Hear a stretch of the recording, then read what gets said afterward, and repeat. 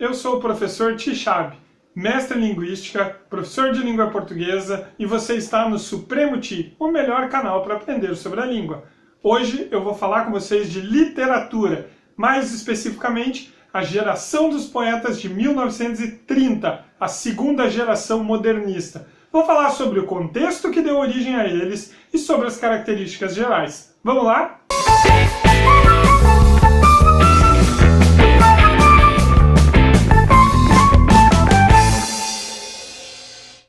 É inegável que o modernismo é um dos temas mais cobrados que nós temos, tanto no Enem quanto nos vestibulares. Por isso que vale a pena a gente estudar com carinho, com cuidado. O modernismo se divide em 3 gerações. A geração inicial, de 1922, que deu origem ao movimento modernista no Brasil, que foi seguida pela segunda geração, a geração de 1930, e termina na geração de 1945, o terceiro modernista. Eu já tenho um vídeo no canal sobre a geração de 22 e agora eu estou falando sobre a geração de 1930. A primeira grande diferença entre a geração de 22 e de 30 é que agora nós separamos em prosa e poesia. Isto porque os autores dessa geração se especializaram em um dos dois. Ou ele era um autor de prosa ou ele era um autor de poemas. Então esse vídeo vai abordar somente o pessoal da poesia. Uma das coisas mais importantes que a gente deve estudar no estudo de literatura é o contexto histórico que cerca a arte em questão, uma vez que a arte nunca é desassociada do contexto em que ela está inserida. Sendo assim, o que nos leva à segunda geração é o que estava acontecendo no Brasil e no mundo no período. A gente começa pela crise de 1929, que vai atingir o Brasil em 1930.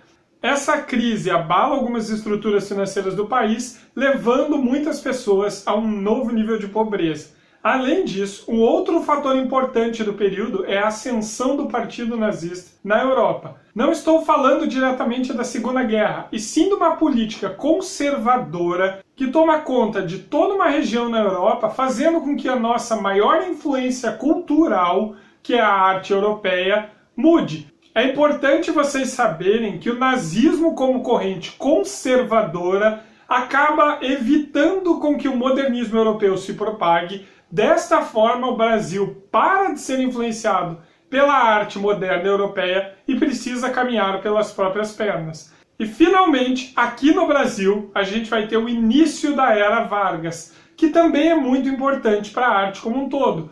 Uma vez que uma mudança de governo sempre provoca um debate e traz para a gente sentimentos como esperança ou medo. Todos esses fatores fizeram com que os vários autores do período escrevessem contendo mais ou menos as mesmas características e abordando os mesmos temas. Dentre eles, é importante a gente marcar que eles abandonam a luta pela linguagem, que era um tema muito comum da geração de 1922. Eles apenas não lutam mais, eles abraçam as mudanças. Seus poemas são construídos com uma linguagem mais simples e mais próxima do coloquialismo. Outra característica comum do período são os poemas de combate, ou seja, poesias que trazem uma crítica social ou combatem alguns aspectos políticos e econômicos do Brasil. Outro tema bastante comum aos poetas do período é o existencialismo, ou seja, questões que abordam a vida, o universo e tudo mais. Quem sou eu? De onde eu vim? Para onde eu vou? Qual que é o meu papel no universo?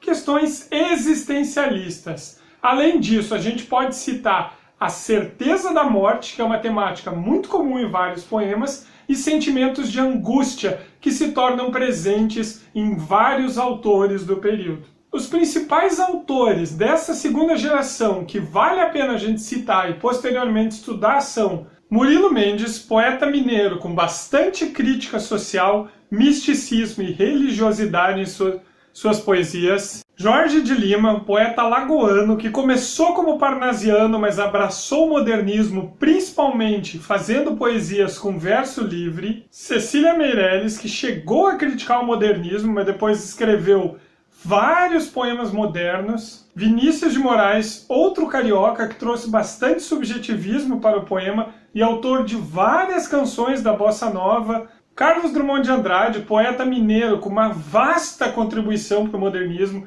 de longe um dos mais famosos da geração, e finalmente o Mário Quintana, dotado de uma simplicidade impressionante que faz com que ele seja um dos poetas mais belos da geração modernista. É isso aí, pessoal. Como eu falei, é uma aula bastante simples, que se resume principalmente ao contexto histórico e às principais características da segunda geração da poesia brasileira. Eu espero que tenha tudo ficado bastante claro e que, se vocês tiverem alguma dúvida ou sugestão de tema, vocês coloquem nos comentários. No mais, eu fico por aqui. Não se esqueça de se inscrever no canal, curtir e compartilhar os vídeos. Falou, valeu!